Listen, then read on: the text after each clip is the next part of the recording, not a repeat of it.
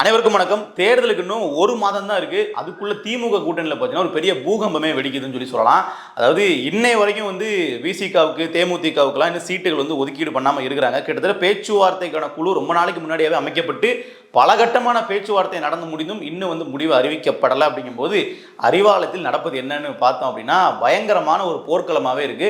காரணம் என்னன்னா இப்போ கம்யூனிஸ்ட் கட்சிகளில் CPI Communist Party of India அந்த கட்சிக்கு பார்த்தீங்கன்னா கிட்டத்தட்ட 5 சீட்டுகள் ஒதுக்கியிருக்காங்க. இதுதான் அங்கே இருக்கிறதுலே ஒரு மிகப்பெரிய பிரச்சனை கிளப்பியிருக்குன்னு சொல்லலாம். ஏன்னா கடந்த முறை 2021 6 சீட்டு கொடுத்துட்டு இப்போ 5 சீட்டு கொடுக்குறாங்களே, ஒரு சீட்டு தானே குறைச்சிருக்காங்க. இதனால் அவ்வளோ பெரிய விஷயமானு கேட்டிங்கன்னா அதான் இல்லை. ஏன்னா 2021க்கு முன்னாடி வரைக்கும் அது 16 இருக்கட்டும் 11 இருக்கட்டும் அவர்கள் வாங்கிய சீட்டுகள் அப்படிங்கிறது ரொம்ப அதிகம். 16 கூட மக்கள் நல கூட்டணி. அப்படியே நம்ம பின்னாடி போயிட்டு 11 பார்த்தோம்னா அவர்கள் இரட்டை இலக்கத்தில் சீட்டுகள் வாங்கியிருக்காங்க. திமுக அதிமுக இரண்டு கூட்டணி கட்சிகள் இருந்துமே. அப்போ 21 திடீர்னு இந்த அளவுக்கு சீட்டு குறைச்சதே பார்த்தீங்கன்னா அவர்களுக்கு ஒரு பெரிய ஷாக்கு தான். இருந்தாலும் திமுக 10 ஆண்டுகள் ஆட்சியில் இல்லை, திமுக ஜெயிக்கணும்னா உதயசூரியன்ல அதிகப்படியான தொகுதிகள் நிற்கணும்னு சொல்றாங்க. அப்படி இப்படின்னு ஏதோ பண்ணி பிரெயின் வாஷ் பண்ணி 6 சீட்டை குறைச்சிட்டாங்க. அடுத்த தேர்தலில் இரட்டை இலக்கத்துக்கு கூட்டுவாங்க, நாம கட்சியை வளர்த்தறன்னு சொல்லி கனவு கண்டுட்டு இருக்கும்போது இல்லை உங்களுக்கு அதே சீட்டும் கொடுக்க மாட்டோம், அதை விட கம்மியாக தான் கொடுப்போம்னு சொல்லி ஒரு சீட்டு கம்மி பண்ணது அங்கே பயங்கரமான அதிருப்தி ஏற்படுத்தியிருக்கு. ஏற்கனவே மதிமுக பார்த்தீங்கன்னா கடந்த முறை 6 சீட்டு கொடுக்கும்போது இந்த முறை நாங்கள் 12 சீட்டு கேட்போம் ஆரம்பத்தில் எல்லாம் பார்த்தீங்கன்னா துரை வைக்கலாம் பேசிட்டு இருந்தார். கடைசியில் பார்த்தா 4 சீட்டு ஒரே ஒரு தொகுதியில் தான் அவர்களுக்கான சின்னம். மற்றது எல்லாமே என்ன உதயசூரியன் நிலையில் அனுப்பி விட்டாங்க. ஸோ இப்படி கடந்த முறை கொடுத்த கொங்கு மக்கள் தேசிய கட்சியிலிருந்து எல்லா சின்ன சின்ன சாதி கட்சிகளிலிருந்து மாநிலத்திலேயே கட்சிகள் வரைக்கும் எல்லாத்துக்குமே பார்த்தீங்கன்னா அவர்கள் கடந்த முறை கொடுத்ததை விட கம்மியான சீட்டுகள் தான் இப்போ கொடுத்துட்டு இருக்கிற பிளானில் இருக்காங்க. காரணம் என்னன்னா காங்கிரஸுக்கு அதிகமாக 3 சீட்டு கொடுத்துருக்காங்க. கூடவே தேமுதிகவுக்கு இவர்கள் எல்லாரையும் விட அதிக சீட்டுகள் கொடுத்துருக்காங்க. இப்போ இதுதான் பார்த்தீங்கன்னா திமுக கூட்டணியிலே ஒரு பிரளயத்தை ஏற்படுத்திட்டு இருக்கு. ஏன்னா தேமுதிகவுக்கு 9 சீட்டுகள் வரைக்கும் கொடுக்கறதுக்கு திட்டமிட்டு இருக்காங்க. பிரேமலதா அவர்கள் கேட்கறது இரட்டை இலக்கத்தில் கண்டிப்பாக கொடுங்கன்னு சொல்லி. ஆனால் திமுக இரட்டை இலக்கத்தில் கொடுத்தா எங்க கூட்டணி காணாமல் போயிடும், இங்க இருக்கிறவங்க அவ்வளோ பெரிய பிரச்சனை பண்ணிடுவாங்க. அதனால நீங்க ஒரு 9 சீட்டு 8 சீட்டுக்குள்ள நீங்க வாங்கன்னு சொல்லும்போது அது 9 8 அப்படிங்கிறது ஒரு பேச்சுவார்த்தையா போயிட்டு இருக்கு. தேமுதிகவுக்கு 9 சீட்டுகள் கொடுத்தீங்கன்னா எங்களுக்கு எப்படி நீங்க கம்மியா கொடுப்பீங்க அப்படின்னு விசிக தரப்புல இருந்து ஒரு பயங்கர பிரச்சனை பண்ணிட்டு இருக்காங்க. திருமாவர்கள் பிரச்சனை பண்றாரோ இல்லையோ, விசிகாவினுடைய தொண்டர்கள் இருப்பாங்க, விசிகாவினுடைய நிர்வாகிகள் இருப்பாங்களே, அவர்கள் ஒரு பெரிய பிரச்சனை பண்றாங்க. தலைவரே நீங்க இந்த சீட்டு தயவு செஞ்சு ஒத்துக்காதீங்க, நம்ம கடந்த முறை 6 சீட்டுக்கு ஒத்துக்கிட்டதே பெரிய தப்பு, நம்ம அதுவே அதிகமாக கேட்டுருக்கணும், இருந்தாலும் இந்த முறை பார்த்தீங்கன்னா நீங்க அதிகமாக கேளுங்கன்னு திரும்ப அப்படியே பின்னாடி ஸ்க்ரூ கொடுக்குறாங்க. அவர் முடிஞ்ச அளவு கேட்டு பார்க்குறாரு. ஆனால் அறிவாலயம் அசைற மாதிரியே தெரியல. 5 சீட்டு தவிர நீங்க இந்த சொல்லியிருக்காங்க. அதில் தான் கடுப்பாயிட்டாப்புல. 5 சீட்டா போன தடவை கொடுத்த 6 கம்மின்னு பேசிக்கிட்டு இருக்கு, என்ன 5ன்றீங்கன்னு சொல்லிட்டு அங்கே ஒரு பெரிய பிரச்சனையே போயிட்டு இருக்கு. அதிகபட்சமாக திருமாவுக்கு பார்த்தீங்கன்னா அவர் என்ன சொல்றாங்கன்னா இந்த முறை திமுக 170க்கு மேல இடங்களில் போட்டியிடணும், ஏற்கனவே இவ்வளவு தூரம் கூட்டணி கட்சிகள் நம்மகிட்ட இருக்கிறாங்க, அதனால கொஞ்சம் அட்ஜஸ்ட் பண்ணி போங்க, கம்மியா போங்கன்னு சொல்லி மறுபடியும் திருமாவை கன்வின்ஸ் பண்ணிட்டு இருக்காங்க. இப்போ இந்த இடத்துல கம்யூனிஸ்ட் கட்சி இருக்கு இல்லையா, அதாவது சிபிஎம் மார்க்சிஸ்ட் கம்யூனிஸ்ட் பார்த்தீங்கன்னா சண்முகம் அவர்கள் மாநில செயலர் அவர் பகிரங்கமாக ஒரு ஸ்டேட்மெண்ட்டை கொடுத்தாரு. நீங்க புதுசா வெளியிருந்து வர்ற கட்சிகள்லாம் உங்களுக்கு அதிகமான சீட்டுகள் கொடுக்க முடியுது, ஏற்கனவே கூட்டணியில் இருக்கக்கூடிய கொள்கை ரீதியாக உங்க கூடவே ரொம்ப நாள் பயணிச்சுட்டு இருக்கக்கூடிய எங்களுக்கு நீங்க சீட்டு கொடுக்க முடியல, இது சரியில்லை அப்படிங்கிற கருத்தை பகிரங்கமா மக்கள் முன்னாடியே முன் வச்சிட்டார். இப்போ அது என்ன ஆகுது அப்படின்னா சிபிஐ கிட்டத்தட்ட இந்திய கம்யூனிஸ்ட் ஒரு சீட்டுகள் கம்மியாக வாங்கி 5க்கு ஓகே ஆயிட்டாங்க. அப்போ நாங்கள் அப்படி பண்ணவே மாட்டோம், பண்ணவே முடியாது அப்படிங்கிற விடாப்படியா இருக்காங்க. இவர்கள் அதிகமாக வாங்கினாலும் அந்த இன்னொரு கம்யூனிஸ்ட் கட்சிக்கு பிரச்சனை, இவர்கள் குறைச்சு வாங்கினா அது இவர்களுக்கே பெரிய பிரச்சனை. அது என்ன பண்ண போறாங்க அப்படின்னு பொறுத்திருந்து பார்க்கணும். அதே நேரத்தில் கம்யூனிஸ்ட் கட்சினா 2 தரப்புமே இந்திய கம்யூனிஸ்டும் சரி மார்க்சிஸ்ட் கம்யூனிஸ்டும் சரி சொல்ற விஷயம் என்ன அப்படின்னா, நாங்கள் ஒவ்வொரு காலகட்டத்திலையுமே திமுக கூட நின்றுருக்கோம். அதாவது திமுக ஆட்சி வந்ததுக்கு அப்புறமா கூட திமுக மீது வரக்கூடிய விமர்சனங்களுக்கு, திமுக அரசின் மீது விமர்சனங்களுக்கு கூட நாங்கள் போய் பதில் சொல்லியிருக்கோம், ஒவ்வொரு பிரச்சனைக்கும் நாங்கள் குரல் கொடுத்துருக்கோம். தேமுதிக என்ன பண்ணிச்சுன்னு கேட்குறேன். தேமுதிக என்ன பண்ணாங்க, கூட்டணியில் சேர்ற வரைக்கும் உங்களை திட்டிட்டு இருந்தாங்க, நேற்று வரைக்கும் உங்களை ஒருத்தங்க விமர்சனம் பண்ணிட்டு இன்றைக்கு டக்குன்னு உங்க கூட கூட்டணி வந்துட்டாங்கன்னா அவங்களுக்கு நீங்க அதே சீட்டுகள் கொடுப்பீங்க அப்படின்னா இது சரியா இருக்குமா அப்படின்ற கேள்வியை முன்வைக்கிறாங்க. இன்னொன்று சொல்றாங்க என்னன்னா, பாஜகவோட எதிரி அப்படின்னு திமுக இங்கே ஒரு பிராண்டிங் பண்ணி நீங்க மக்கள்கிட்ட வாக்குகள் வாங்குறீங்கன்னா அதற்கு காரணமே நாங்க தான். நீங்க கம்யூனிஸ்ட் கட்சி இல்லாத ஒரு திமுக கூட்டணி நீங்க எடுத்துக்கிட்டீங்க அப்படின்னா பாஜகவுக்கு நீங்க தான் ஒரு மாற்று, நீங்க தான் சரியான இடதுசாரிகள் அப்படிங்கிற பார்வையே வராது. பாஜக வலதுசாரி, திமுக இடதுசாரி அப்படின்னு கேட்டீங்கன்னா கம்யூனிஸ்ட் போன்ற கட்சிகள் கூட்டணி இருப்பதனால தான் திமுக இடதுசாரியா இருக்கு, இல்லைன்னா அந்த பார்வை உங்களுக்கு இருக்காது. அப்போ எல்லா விதத்திலையும் ஒரு வாக்கு வங்கி அரசியல் திமுக சரியா பண்றதுக்கு நாங்க துணையா நிற்கிறோம். ஆனா எங்களுக்கு சில தொகுதிகளை அதிகப்படுத்தி கொடுக்கறதுல என்ன பிரச்சனை அப்படின்னு கேட்கறாங்க. இப்போ அதிகப்படுத்தி கொடுக்கறதுல கூட போலங்க, அவங்க கடந்த முறை கொடுத்து அதே 6 சீட்டை கொடுத்துருங்க சாமி போதும் அப்படிங்கிற நிலைமைக்கு வந்துட்டாங்க. ஆனால் அதை கூட திமுக கொடுக்காம இருக்குதுன்றதான் இங்கே பிரச்சனையே. இப்போ அடுத்து விசிகா தரப்பு சொல்ற விஷயம் அதுதான். இங்கே வந்து களம் 2016க்கு முன்னாடிலாம் வந்து பார்த்தீங்கன்னா திமுகவா அதிமுகவா அப்படிதான் இருந்துச்சு. 2019 வரைக்குமே அப்படிதான் இருந்துச்சு. ஆனால் நாங்கள் திமுக கூட கூட்டணி வந்து தொடர்ச்சியாக வந்து பிஜேபியை பயங்கரமாக எதிர்க்க தொடங்கியதுக்கு பின்னாடி தான் களம் வந்து திமுக வர்சஸ் பாஜகன்னு மாறுது. எங்களுடைய தீவிர பாஜக எதிர்ப்பை தான் திமுக வந்து அறுவடை பண்ணுது. அதை விட குறிப்பாக பட்டியல் சமூக வாக்குகளை வந்து பெருமளவு திமுக வாங்குறதுக்கான காரணமும் நாங்களாக தான் இருக்கோம். இதெல்லாமே திமுக கிட்ட விசிக முறையிட்டு இருக்காங்க. இன்னும் சொல்ல போனால் 2024 தேர்தலில் தர்மபுரியில் சௌமியா அன்புமணி அவர்கள் வந்து தோற்பதற்கு காரணமாக இருந்ததே நாங்கள் தான். திமுக வேட்பாளர் மணி அவர் வந்து ஜெயிக்கிறார் அப்படின்னா அதற்கு முழுக்க காரணம் எங்களுடைய வாக்குகள் தான், பட்டியல் சமூக வாக்குகள். அது நாங்கள் உங்களை ஆதரிச்சதுனால கிடைச்ச வாக்குகள் தான். நாங்கள் வேறு அணிக்கு போயிருந்தோம் அப்படின்னா கண்டிப்பாக அந்த வாக்குகளுக்கு கிடைச்சிருக்காது. அதனால் நீங்கள் வந்து எங்களுக்கான வேல்யூ நீங்கள் கொடுக்கணும், எங்களுக்கான சீட்டுகளை கொடுக்கணும்னு சொல்லி பயங்கரமான ஒரு பார்கென் வந்து போயிட்டு இருக்கு. இப்போ இந்த இடத்துல விசிகா வந்து பார்த்தீங்கன்னா கடந்த 2024 3 சீட்டு வந்து கேட்டாங்க. ஏற்கனவே 2 சீட்டுகளை போட்டிக்கிட்டோம், இந்த முறை வந்து நாடாளுமன்றத்தில் 3 கொடுங்க அப்படின்னு கேட்டதுக்கு இல்லை அதெல்லாம் தர முடியாது, வேணும்னா இந்த முறை உங்கள் சின்னத்தில் வேணால் நின்றுக்கங்க அப்படின்னு சொல்லி அனுப்பிவிட்டாங்க.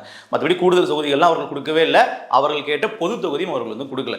ஸோ இப்படிப்பட்ட சூழலை தான் வந்து பார்த்தீங்கன்னா விசிகா அவர்கள் வச்சிருக்காங்க. சரி, 2026 உங்களுக்கு கூடுதலாக கொடுக்குறோம், 24 கொஞ்சம் பொறுமையாக இருந்துக்கங்க, 26 பார்த்துக்கலாம் அப்படி சொல்லி தான் விசிகாவை கண்டெயின் பண்ணாங்க. ஆனால் இப்போவும் வந்து பார்த்தீங்கன்னா விசிகாவுக்கு கடந்த முறை கொடுத்ததை விட குறைவான தொகுதியில் கொடுக்கறதுக்கு தேமுதிக பயன்படுத்துகிறாங்க. பகிரங்கமாக கூட்டணி கட்சியில் குற்றச்சாட்டே வைக்கிறாங்க. தேமுதிகவுக்கு நீங்கள் அதிக தொகுதியில் கொடுக்கறது சாதி ரீதியாக கொடுக்குறீங்க, சாதி வாக்குகளை வாங்குறதுக்காக நீங்கள் கொடுக்குறீங்க, இது சரியா தவறா நீங்களே சொல்லுங்கன்னு சொல்லி திமுக கிட்டே வந்து அவர்கள் ஆர்கியூ பண்ண ஆரம்பிச்சிட்டாங்க. இதே கருத்தை வெளியே இருந்து முன் வச்சாங்க அப்படின்னா அவர்கள் வேற மாதிரி ரியாக்ட் பண்ணுவாங்க. ஸோ திமுக கூட்டணிக்குள்ளேயே வந்து பார்த்தீங்கன்னா இது மாதிரியான ஒரு பயங்கரமான ஒரு பிளவுகள்லாம் நடந்துகிட்டு இருக்கு. இதற்கு வந்து முதலமைச்சர் ஸ்டாலின் அவர்கள் தானே முடிவு எடுக்கணும். அவர் வந்து பயங்கரமான அதிருப்தியில் இருக்கிறார். இப்படி சண்டை போட்டுட்டு இருக்காங்களே, தேர்தலை வச்சுக்கிட்டு என்ன பண்ண போறோம்னு தெரியாமல் அவர்கள் வந்து புலம்பிக்கிட்டு இருக்காங்க. இன்னொன்று, திமுக இந்த முறை வந்து ரொம்ப தெளிவாக இருக்கிறாங்க. 170 இடங்களுக்கு மேலே நம்ம வந்து போட்டியிடணும் அப்படிங்கிற மாதிரி. ஆரம்பத்திலே அவர்கள் பண்ண ஒரு பெரிய தவறு அப்படிங்கிறது பார்த்தீங்கன்னா காங்கிரஸ் கட்சிக்கு அதிகமான சீட்டுகள் கொடுத்து இப்படி உள்ள வச்சுக்கிட்டது. ரொம்ப அதிகமாக கொடுக்கல, ஒரு 3 சீட்டுகள் தான். ஆனால் அந்த 3 சீட்டுகள் கூட்டினது அப்படிங்கிறது இங்க இருக்கக்கூடிய எல்லா கூட்டணி கட்சிகளையும் வந்து பார்த்தீங்கன்னா ட்ரிகர் பண்ணி விட்டுருச்சு. ஏன்னா பிரச்சனை பண்ற ஒரு கட்சிக்கு அதிகமான சீட்டு, நேற்று வரைக்கும் வந்து வெளியே இருந்து திட்டிக்கிட்டு இன்னைக்கு கூட்டணி வந்த கட்சிக்கு அதிகமான சீட்டு. ஆனால் உங்க கூட வந்து காலங்காலமாக பயணிச்சுட்டு இருக்கிறவங்க அவங்களோட கட்சியே வந்து பார்த்தீங்கன்னா ஒரு கிரைசிஸில் இருக்குது. ஏன்னா இப்போ திருமாவர்கள் வந்து எப்போ வீரியமாக அரசியல் பண்ண முடியும்? பட்டியல் சமூக மக்கள் பிரச்சனைக்கு வந்து அவர் அதிகமாக குரல் கொடுத்தாருன்னா அது சார்ந்த மக்களுடைய வாக்கு வங்கி அவருக்கு அதிகமாக கிடைக்கும். ஆனால் அதை அவர்களால் பண்ண முடியுதா? இல்லை. ஏன்னா திமுக கூட்டணி கட்சி அதுதான் ஆளும் கட்சி. அப்போ அந்த இடத்துல மௌனமாக போக வேண்டியதாக இருக்குது. அப்போ திருமாவுக்கான அந்த ஒரு வேல்யூ வந்து பார்த்தீங்கன்னா மக்கள் மத்தியில் குறைஞ்சிக்கிட்டே இருக்கு. திரும்ப வந்து இதுக்கெல்லாம் அமைதியாக இருக்கிற ஒரு பெரிய அளவில் போராட்டம் பண்ணலை, இதுவே வந்து அதிமுக ஆட்சியிலேருந்து திரும்ப என்னெல்லாம் பண்ணியிருப்பார் அப்படிங்கிற கேள்விகள் தான் மக்கள் மத்தியில் அதிகமாக இருக்குது. அப்போது அவருடைய சுயத்தை இழந்து கட்சிக்கு வந்து என்னதான் ஆதரவு கொடுத்தாலும் சீட்டு கம்மியாக கொடுப்பாங்க. அதே சமயத்தில் தேமுதிக போன்ற கட்சிகள் நீங்கள் பார்த்தீங்கன்னா 2 பக்கமும் போக முடியும். இப்போ திமுக பக்கமும் அவர்கள் நினச்சா போயிருக்கலாம், அதிமுக பக்கமும் போயிருக்கலாம், காங்கிரஸ் பக்கமும் போயிருக்கலாம், பிஜேபி பக்கமும் போயிருக்கலாம், கம்யூனிஸ்ட் கட்சி பக்கமும் போயிருக்கலாம், பாமக பக்கமும் போயிருக்கலாம்னா லிட்ரலி வந்து பார்த்தீங்கன்னா அவர்களுக்கு 2 பக்கமுமே ஒரு சாதகமான சூழல் இருக்குமே அவர்கள் வச்சுக்கிட்டாங்க. அதாவது கொள்கை அப்படிங்கிற ஒன்றே அவர்கள் வந்து ஃபாலோ பண்ணுறது இல்லை.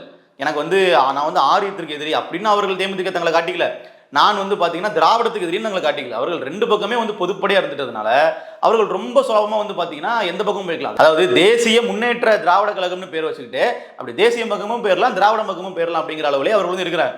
ஸோ அதனால் வந்து பார்த்தீங்கன்னா இப்போ கம்யூனிஸ்டுகளுக்கு இன்னுமே ஒரு கோவம், நாங்கள் வந்து கொள்கை ரீதியாக உங்ககிட்ட நாங்கள் ஒரு கூட்டணியில் இருக்கிறோம், இன்னும் சொல்லப்போனால் திமுக கூட கூட்டணியிலே எங்களுக்கு அதிகமான சீட்டுகள் தரல அப்படின்னா தனியாகவே நாங்கள் என்ன பண்ணிடுறோம், தேர்தலை புறக்கணிச்சு நாங்கள் நின்றுடுறோம் அப்படிங்கிற முடிவுக்கெல்லாம் கூட ஒரு சில கம்யூனிஸ்ட் தலைவர்கள் வந்து சொல்லியிருக்காங்க. சண்முகம் அவர்கள்ட்ட இப்போ என்ன சொல்கிறாங்கன்னா, நம்ம தேர்தலை புறக்கணிச்சிருவோம், ஒரு தேர்தலில் நம்ம இல்லாமல் அவங்க நிற்கட்டும், அப்போ தான் நம்மளோட வேல்யூ என்னன்னு உங்களுக்கு தெரியும் அப்படிங்கிற மாதிரியே வந்து அவர் முடிவு எடுக்கிறாங்க. ஏன்னா கண்டிப்பாக எதிர்த்தரப்பில் கூட்டணிக்கு போக முடியாது. அப்போ விஜய் தரப்பில் வந்து கூட்டணிக்கு போகலாம் அப்படின்னா அவர்கள் பக்கமும் வந்து பார்த்தீங்கன்னா சரியான ஒரு அலைன்ஸ் வந்து அவர்கள் இன்னும் ஃபார்ம் பண்ணிக்கல, அதுக்கான சாத்தியக்கூறும் இல்லாத மாதிரி தான் தெரியுது. அப்போது நம்ம தேர்தலை புறக்கணிச்சிடலாம் ஒரேடியா, நம்ம தனியாக கூட நின்றுடலாம், மாறாக நம்ம என்ன பண்ண வேணாம், இங்கே இருக்க பார்த்து 4 அணி தான். ஸோ நாம் தமிழர் கட்சி கூட்டணிக்கணும், விஜய் தரப்பில் வந்து இப்போ வரைக்கும் கூட்டணி முடிவாகல, அவர்களும் தனித்தனிக்கு தான் அறிவிச்சிட்டாங்க. அப்போ நாம வந்து தேர்தலை புறக்கணிச்சு நம்ம ஒதுங்கி நின்றோம் அப்படின்னா நம்மளோட வேல்யூ திமுக புரியும் அப்படிங்கிற மாதிரிலாம் சொல்ல ஆரம்பிச்சிட்டாங்க. காரணம் என்ன நடந்தாலும் அவர்களால் பாஜக இருக்கிற அணிக்கு போக முடியாது, எதிர் அணிக்கு போக முடியாது அப்படிங்கிறதுனாலேயே அவர்கள் வந்து இந்த சிக்கலுக்கு வந்து உள்ளாயிருக்காங்க. அதே நேரத்தில் தேமுதிகவுக்கு அந்த பிரச்சனை இருக்கான்னு கேட்டிங்கன்னா இல்லை. அப்போ அங்கே தான் வந்து இவர்கள் எல்லாமே வந்து ரொம்ப ஒரு சிக்கலுக்கு உள்ளாகிறாங்க. விசிகாவுக்கு அதே நிலைமை தான். நீங்கள் வந்து இப்போ இன்றைக்கு நாளைக்கே வந்து ஸ்டாலின் அவர்கள் வந்து திருமாவர்கள்ட்ட வந்து சரிங்க உங்கள் விருப்பம், உங்களுக்கு விருப்பம்னா நீங்கள் வேணால் கூட்டணி விட்டு வெளியே போய்க்கங்கன்னு சொன்னால் கூட திருமாவர்கள் எங்கே போவார்? நீங்க நல்லா பாருங்க, பாமகவோட நிறுவனர் ராமதாஸ் வந்து என்ன சொல்றாரு, திமுக கூட வர்றதுக்கான பேச்சுவார்த்தை நடந்துச்சு ஆரம்பத்திலேயே. அவர் அதாவது அன்புமணி ராமதாஸ் பிரியறதுக்கு முன்னாடியே வந்து பாத்தீங்கன்னா திமுக கிட்ட போறதுக்கு ஒரு துண்டை போட்டு வச்சிருந்தாரு. அப்போ வந்து திருமா கிட்ட கேக்குறாங்க, இந்த மாதிரி ஒருவேளை பாமக வந்து திமுகவோட வந்தால் என்ன பண்ணுவீங்கன்னு கேட்டா, அவர் வந்து நாங்க திமுக கூட்டணியிலிருந்து வெளியே வந்து தனியா கூட நிற்போமே தவிர நாங்க பாமக இருக்க அணியில இருக்க மாட்டோம் அப்படின்னு சொல்லி சொன்னாப்புல. ஸோ அப்போ எந்த அளவிற்கு வந்து அவர்கள் எதிரணிக்கு போக முடியாத ஒரு சிக்கல் இருக்காங்கன்றத திமுக சரியா புரிஞ்சு வச்சுக்கிறாங்க. என்ன பண்ணாலும் பிஜேபி கூட அவர்கள் போக மாட்டாங்க, வேற வழி இல்லை, நம்ம கூட தான் இருந்தாகணும், அதனால சீட்டை நம்ம கம்மி பண்ணி பேசுவோம் அப்படிங்கிறதான். இங்கே பிரச்சனை வந்து இவ்வளோ பெருசானதுக்கு காரணமே வந்து பார்த்தீங்கன்னா, இப்போ தேமுதிக கொடுக்கக்கூடிய இந்த 9 சீட்டுகள் தான். அதை இவர்கள் கொடுத்துட்டு எப்படி இந்த கூட்டணி கட்சியை வந்து வேலை செய்ய வைப்பாங்க அப்படிங்கிறது நமக்கு புரியல. ஏன்னா எந்த கூட்டணி கட்சியுமே திமுக ஒரு பற்றோடு இல்லைங்க. 2021 அந்த அளவுக்குலாம் வந்து பெரிய ஒரு மோதல் போக்கெல்லாம் இல்லை. இப்போ பயங்கரமான ஒரு மோதல் போக்காரு. காங்கிரஸ் கட்சிக்கும் திமுகவுக்கும் எப்பவுமே ஆகாதுன்றது வேற விஷயம். அதெல்லாம் கடந்து இந்த முறை பெரிய அளவில் சண்டையாக போய் நிற்குது. நீங்கள் எந்த தொகுதியிலையுமே காங்கிரஸ் எம்எல்ஏ வரணும்னு சொல்லி திமுக வேலை பார்க்க மாட்டாங்க, விசிகா காரங்க யாருமே திமுக வேலை பார்க்க போகிறது இல்லை. அப்படி மாற்றி எல்லாமே வந்து ஒருவருக்கு ஒருவர் வந்து பெரிய முரணாக தான் வந்து போயிட்டு இருக்கு.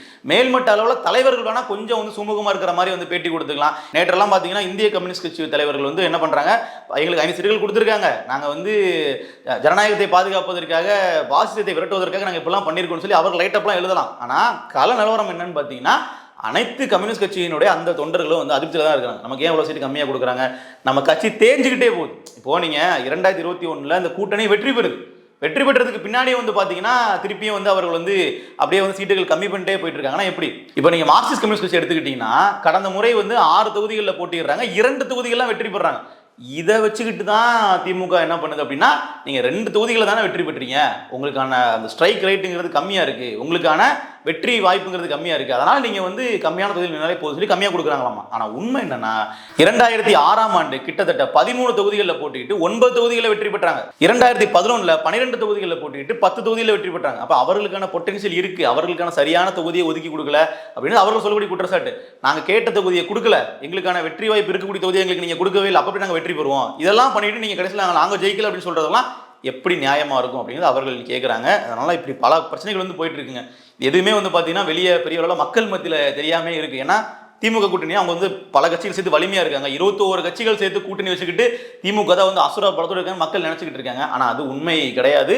இன்னும் கொஞ்ச நாள்ல மக்களுக்கே தெரிய வரும். இந்த தேர்தல் கிட்ட வர வர வந்து பார்த்தீங்கன்னா ஒவ்வொரு கட்சிகளுமே அவர்களுக்கான இந்த சீட்டு பங்கீட்டை நிறைவு பெற்ற பிறகு அதுக்கப்புறம் வந்து பார்த்தீங்கன்னா களத்தில் இது எப்படி எதிரொலிக்குதுன்னு நம்ம பார்க்கணும். ஏன்னா ரொம்ப குறைவான சீட்டுகள் தான் கொடுத்துருக்காங்க. அப்படிங்கும்போது நிச்சயமா அந்த தொகுதிகளில் அவர்கள் வேலை பார்ப்பாங்களே தவிர திமுகவுக்கு மற்ற தொகுதிகளெல்லாம் எப்படி அவர்கள் வந்து வாக்களிப்பாங்க அப்படிங்கிறது கேள்விக்குரிய மாறும்.